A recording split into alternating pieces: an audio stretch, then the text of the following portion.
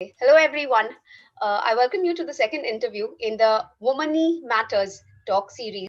It is my pleasure to introduce you to the lady on the screen, Dr. Sarita Ranadive. She is my children's pediatrician and the pediatrician of thousands of happy and healthy children in the city of Mumbai. Dr. Ranadive is a gold medalist from KEM in both her MBBS and her MD in pediatrics. She is also a DNB, which I understand is a very difficult exam to crack in India. She is a recipient of the Bharat Chikitsak Ratna and is a doting mother to two high school kids. Welcome, Dr. Randive, and thank you so much for joining us today. Thank you, Aarti. At the outset, I'm very thankful to you for inviting me on this platform. Now, I come from a middle-class family, and my father worked for the Life Insurance Corporation of India. My mother headed the microbiology department in Hinduja Hospital. So my sisters were from the commerce background, and I was cut out to either work in the banking sector or the insurance sector. But I was always inclined towards science. And since I passed with flying colors, the doctors at Hinduja Hospital coaxed my parents to put me in a field like medicine. Now, I remember as a child, my sisters used to earn their own pocket money and they used to fend for my clothes, accessories, and movie tickets as well. Now, this is my first tryst with financial independence, I would say. So I finally graduated from the most coveted institute in Mumbai, that is KEMH and GS Medical College. My first earning was the stipend as an intern. Although it was a measly amount, the actual earning started in AMOship. Now, AMOship basically is a compulsory rural service whereby we have to put in 1 year of service in a rural area. And since I was among the toppers in KEM, I got a place in Panvel, which was quite close to Mumbai. Okay. So then I started earning an amount of 30,000, which was really a big amount. And I was among the privileged lot because my colleagues used to earn 15 to 16,000, but I was given an HRA. So the 30,000 at that time was a big amount for me. And at that point in time, I did not know what to do with the money. So my entire paycheck, I would give my dad as an obedient kid. Since I believe that I was from the science background and I had no clue about financial options. So the amount was utilized by my dad in traditional financial instruments, namely RDs, FDs, gold, and so on. I proceeded to do my post-graduation again in KEM. Now my stipend dipped as a resident. In the second year of my post-graduation, I got married to my husband, Dr. Amit, and then we decided to collectively manage our finances and expenses. But so you were telling us about how your father, played a key role in sort of helping you learn the value of saving, right? How did that help you in your later years in life? Because I do see you and your husband, and you all are working very hard, and touchwood, you all have an excellent practice. So, from coming from that kind of a background where saving was so important, how did you manage to move from there to setting up your own hospital and your own practice? Yeah, see, I gained a lot of my financial wisdom from my father because I have seen him invest prudently since early life. Now, I started investing with small amounts in RDs as a postgraduate, and that built up as a corpus, which helped us later on in our expenses. Now, probably due to the conditioning, the social conditioning, you may call it, and the non-risk taking attitude, which generally middle-class families have. And it is deeply ingrained in our psyche that we should not be taking risks. So I would put it into the traditional investments like FDs, gold, and yes, property top my list. At that point in time, I used to shy away from SIPs and the stock market. But somehow, even at that point in time, the stock market always lured me. And I always, at the back of my mind, wanted to invest in SIPs, mutual funds, but I could not do it at that point in time. And unfortunately, then my financial advisor was also against the stock market and he made me invest into LICs, which I realized later on that that was a huge mistake which I did as a part of investment, because LICs are not a part of wealth Creation. management, I feel. But fortunately, I've had few patients who have been my financial advisors, and they have been explaining to me, like the way you are.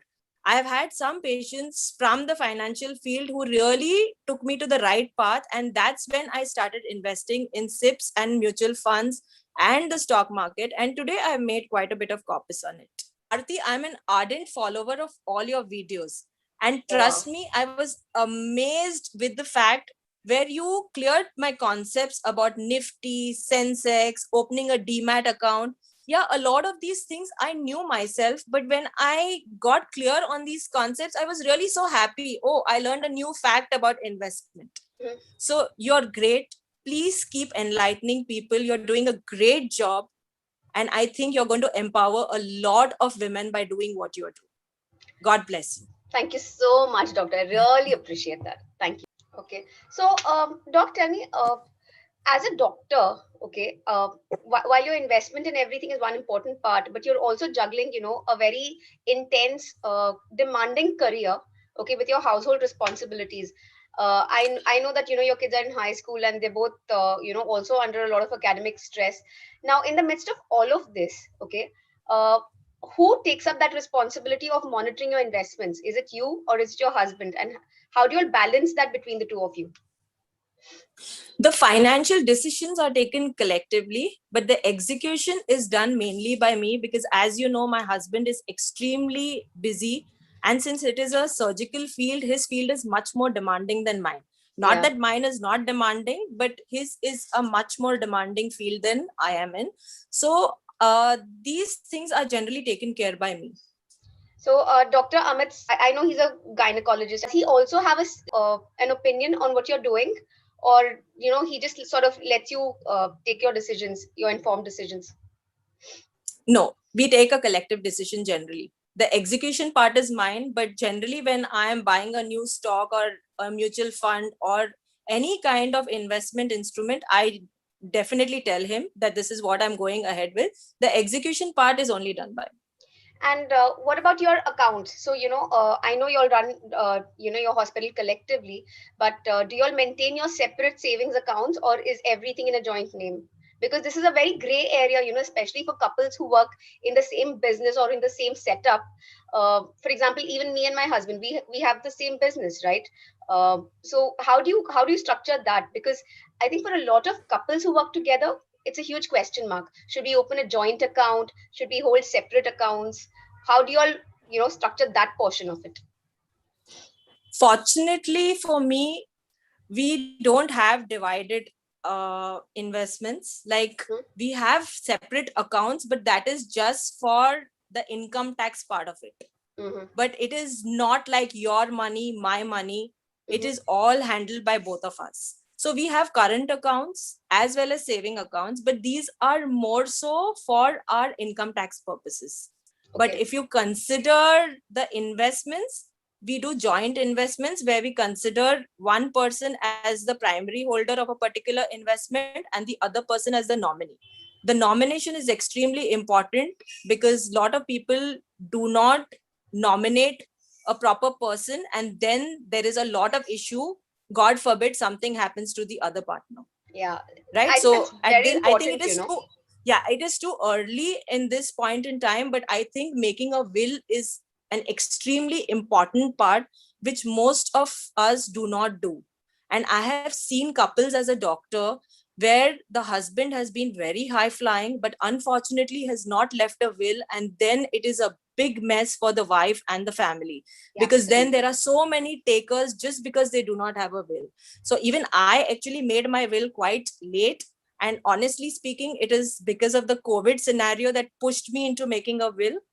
So Okay. I did a proper will last year, so that there is no problem. God forbid. See, you cannot say what is going to happen in the future, and especially ours Mm, is a high risk profession. So looking absolutely. at the number of doctors who have lost their lives, I think it is better to be prudent.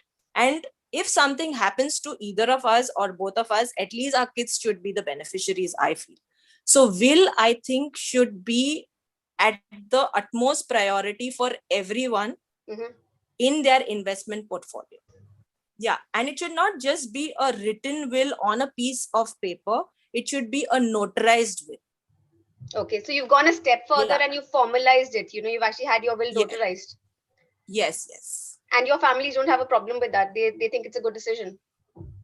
Yes, very much. Well, I think you're setting a very good example, Doctor, because last year I was fortunate to write another book for the Tata Sons as part of one of their programs. And they were very insistent that we cover the concept of will. Now, as a writer and as a mother, I thought it was a little early to teach high school children.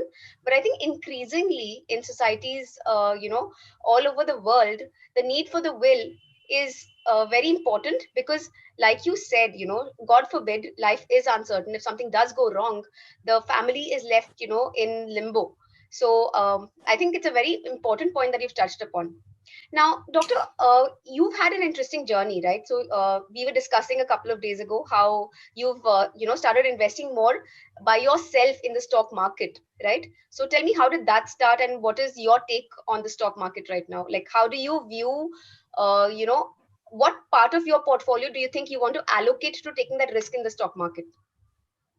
See, initially when I started investing, I started with SIPs because I feel that the risk element is little less in SIPs. Yes. Then I started to learn about the stock market. Fortunately, I have these investment groups where we have learned doctors who are into investments. In addition, there are lawyers, CAs, financial advisors who give us real good tips. In addition to that, I do my own in-depth survey about the company, the risk profile, the PE ratio, and a lot of other parameters before investing.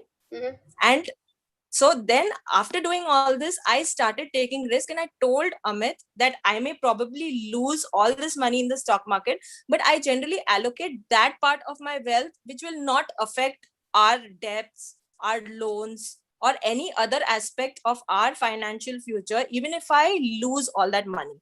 And I'm little prudent, and I generally invest in the good stocks, which I'm sure are not going to make me repent in my future. So I'm doing a good job with the stocks, and I'm also allocating to SIPs. So I feel you should not put all your eggs in the same basket. So I have diversified my portfolio into everything: property, gold, mutual funds, SIPs, stocks. Excellent. I mean, right now I feel like I'm speaking to an investment expert because really I've realized that a lot of doctors, though they want to, because of the uh, state of their profession, the kind of demands their profession has, it's very difficult for doctors to educate themselves on finance and on investment. So a lot of them will typically, opt for safer investments and probably put money into real estate.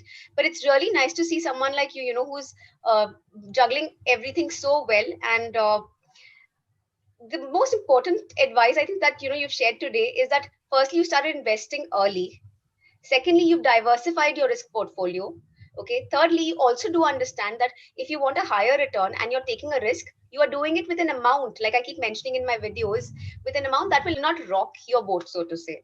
So today, if you had to look back on when you started out, right? So if you had to talk to some of the young doctors who are probably watching this video, what advice would you give them? How should they choose their investments? How should they allocate their funds? See, first and foremost, I have a lot of learned colleagues, females who are earning a good amount of money, but they take pride in the fact that their finances are managed by their husbands or fathers, which I feel in this day and age is not prudent. Every female should have control over her finances, and she can do it on herself. And I'm sure every husband is going to be supportive. So she should not allocate all her funds only on the basis that a husband or a father is going to invest. And this happens with a lot of my friends. So I feel doctors should start early, invest in SIPs initially, start learning a little about the stock market. And trust me, it is not that difficult. Now in 15 minutes I just open my app and I just see the market, and I feel that today is the day I should buy a particular stock. I buy it, it's done. It just barely takes 5 minutes of your time. So this is considering a stock. In addition to that, there are other things also. Nowadays you have so many financial advisors who do all these things for you. So you take help of a financial advisor. Okay, even if your husband is doing it for you should at least know about the investments. I know about doctors and other learned colleagues who do not know anything about the investment. Mhm. And then one fine day something happens to the husband and the lady is in the lurch. She does not know what to do, what are the accounts, which account has how much money, what are the SIPs, what are the mutual funds. There's absolutely no idea about the financial investments that the husband or the family has made. And that's not right. If you're an Absolutely. educated female, I think you should be knowing about investments. In fact, I have written down all my investments in one book. So that is a ready reckoner for my entire family. And trust me, last year I showed my teenage daughter also that these are the assets, beta. You have to Mhm. know about all these things, Mhm. because you cannot just suddenly one fine day not know about anything. I Absolutely. think it's extremely important to know all your investments. So the young doctors, I feel, should start early. And also gold. That is one more thing. Females love buying gold, gold, gold. I think nowadays you should allocate more into the gold ETFs rather than physical gold. Okay, so I'm just going to quickly tell people what ETFs are. So basically, ETFs are financial instruments that basically are a document that invests in gold for you. It's not like you're going to bring the gold home, but it's like you put money into an FD, and ETF puts money in gold on your behalf. And Right. I think there's so much learning from your doctor, and I wish we could just go on with this, but I know you've got a busy schedule, and thank you so much for sharing your knowledge, for your experience. Before we wind up, I just want you to tell us one thing that you would tell any young woman, okay, irrespective of whether she's a doctor or engineer, whoever she is. One thing that every woman should consistently do from a young age. So I'll speak about 2, 3 things that I want to put forth. Now, a woman's best protection is a little bit of money of her own. This is a pragmatic and perpetual piece of wisdom that I would like to impart to all the women out there. Now, most of the capable women are allocating their funds only trusting their husbands or fathers.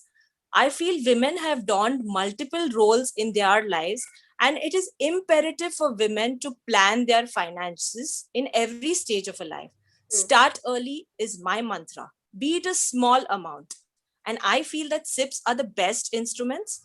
Once you learn a little bit, progress to the stock market. Unfortunately, financial freedom does not come from a classic textbook version. Building wealth is a matter of habit, inculcate it, and start investing. One more important point I would like to say is chart out your short term and long term financial goals. It may Very seem important. silly writing down your goals, but trust me, even neuroscience says that people who jot down their goals have 1.2 to 1.4 times higher success of achieving their financial goals than those who don't. So I feel one more important thing is curtail your expenditure, spend lesser than what you earn. The impulse buying should not be dependent on the privileges that you get from your parents' hard earned money. Now, here's to financially independent women. May we know them, may we be them, and may we raise them. That's the way I go forward with my teenage daughter, and I hope that most of the people will do the same in their lives. Thank you so much, Doctor. It's been a really enlightening session, and I'm really honored that you spend this time with us. Uh, your experience, I believe, will really shape the lives of so many more women going forward. Thank you so much for your time. Thank you so much, Thank you. everyone. And I think if women like Dr. Sarita are there for us in all walks of life, I think we will all learn so much, and we will have the right kind of role models for all of us. So thank you so much, everyone, for watching. And thank you once again, Doctor, for being with us. Thank you.